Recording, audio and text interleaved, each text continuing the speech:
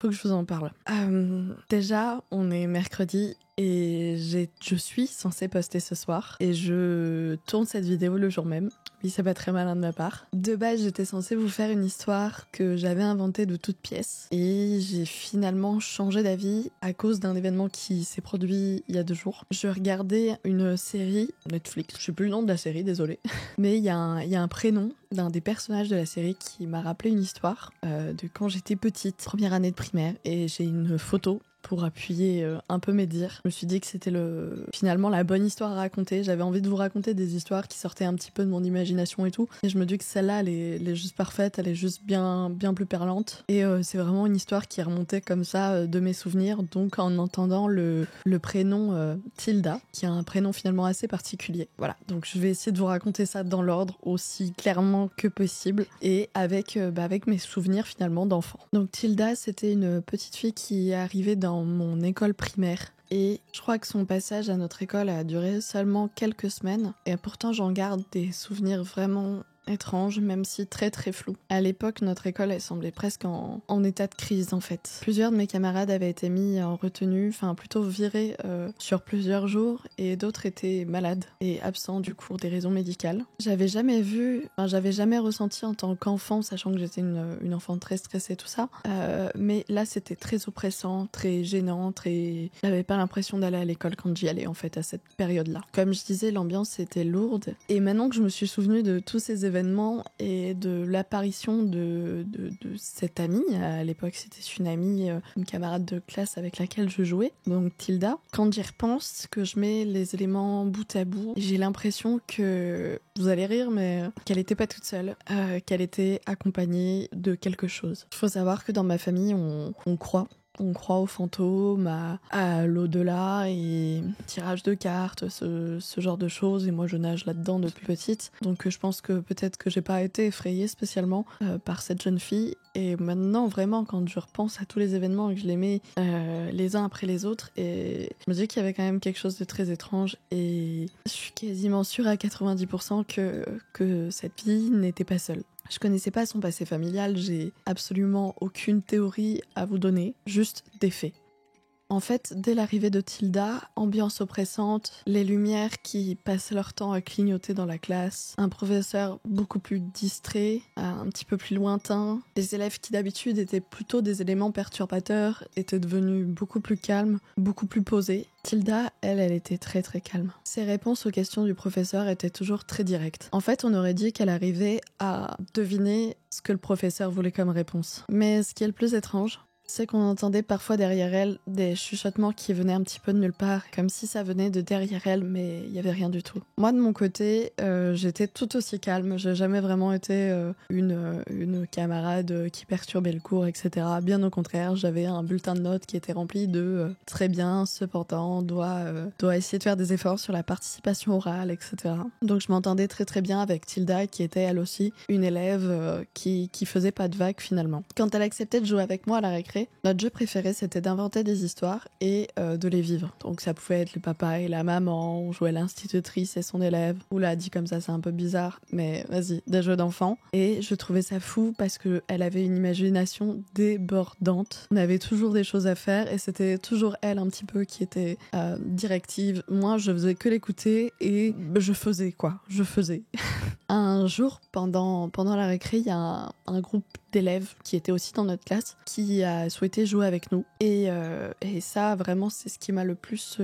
dont je me souviens le plus. C'est-à-dire que on a dit d'accord, on a fait notre jeu habituel et moi, j'avais toujours cette tendance à suivre un petit peu Tilda, etc. Et les élèves qui nous ont rejoints pour jouer étaient moins suiveurs et du coup, personne n'écoutait trop Tilda. Et je remarquais que ça l'énervait et qu'elle aimait pas finalement, soit quand il y avait trop de monde, soit le fait de pas spécialement être écoutée ou juste qu'il joue pas au jeu correctement. Tilda avait l'air un petit peu comme lointaine et un peu désintéressée, jusqu'au moment où elle crie « Elle est là !» Elle nous écoute. Là, tous les enfants et moi-même, on rigole un petit peu nerveusement, en mode « ah ah ah, elle nous fait une blague », sauf qu'elle était restée tout à fait sérieuse et en fait, ça a laissé un énorme blanc, tous un petit peu choqués parce que vraiment, son cri était venu d'on ne sait où et on ne savait pas de quoi elle parlait, elle voulait pas nous expliquer ce qu'elle entendait par là.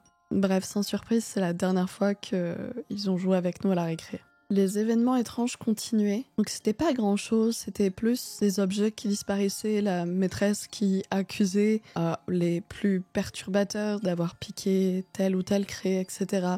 Sauf qu'en général, quand quelqu'un faisait une bêtise, toute la classe était plus ou moins au courant. Et là, il y avait vraiment pas mal de choses de l'école qui disparaissaient et la maîtresse était obligée de s'en plaindre au directeur. Les ampoules, pareil, étaient toujours en train de clignoter ou carrément de se casser. Enfin, ne se brisaient pas, mais juste ça ne s'allumait plus. Du coup, le concierge de l'école s'évertuait à changer les ampoules qui, inlassablement, au fil du temps, finissaient par péter. Et un jour, pareil, deuxième élément qui m'a le plus perturbée, je pense, dans cette histoire, c'est que j'ai 3 de mes camarades, 2 de ma classe et un autre d'une autre classe, qui jouaient pas mal finalement en cours de récré ensemble, qui ont été renvoyés le temps d'une semaine.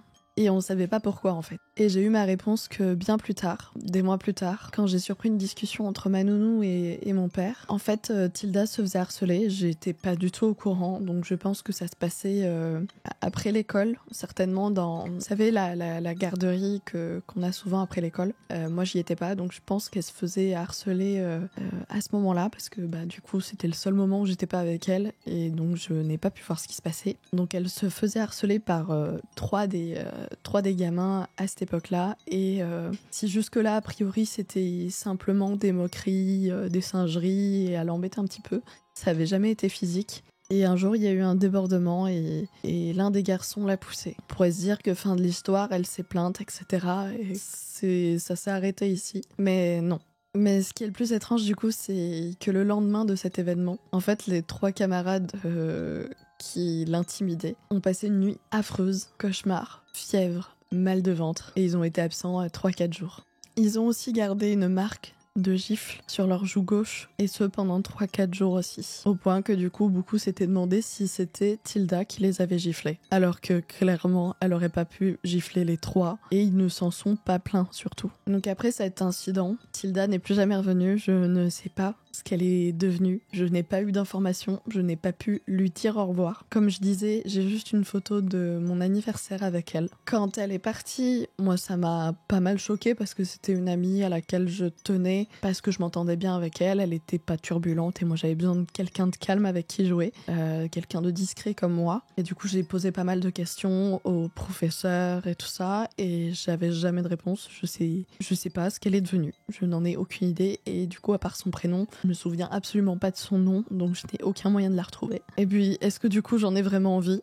Je ne sais pas. Mais quand elle est partie, ça a laissé vraiment un vide dans la classe, et sa place vide, j'avais l'impression qu'il y avait encore quelque chose, mais je saurais pas vous dire quoi. Enfin bref, quand je me suis rappelée de cette histoire, je me suis dit qu'il fallait que je regarde un petit peu les photos que ma sœur m'avait envoyées tout récemment. J'avais des photos de cette période-là, et je vais vous mettre ce que j'ai retrouvé. Alors je vous cache évidemment les visages parce que ce sont des enfants, et même si la photo date d'il y a au moins 20 ans, je garde leur anonymat évidemment. Mais il y a un truc que j'avais jamais remarqué, je sais pas si vous le voyez très très bien, mais juste là. Donc maintenant, avec mes yeux de grande, j'ai l'impression que vraiment elle était pas seule, donc je sais pas du tout dans quel contexte familial elle était, étant donné qu'elle était arrivée en milieu d'année, etc., qu'elle est partie aussi vite qu'elle est arrivée. Peut-être qu'elle avait une histoire assez compliquée que j'ai jamais connue, mais je sais pas, j'avais l'impression que c'était comme une présence qui voulait la protéger et qu'elle était toujours derrière elle. Moi, cette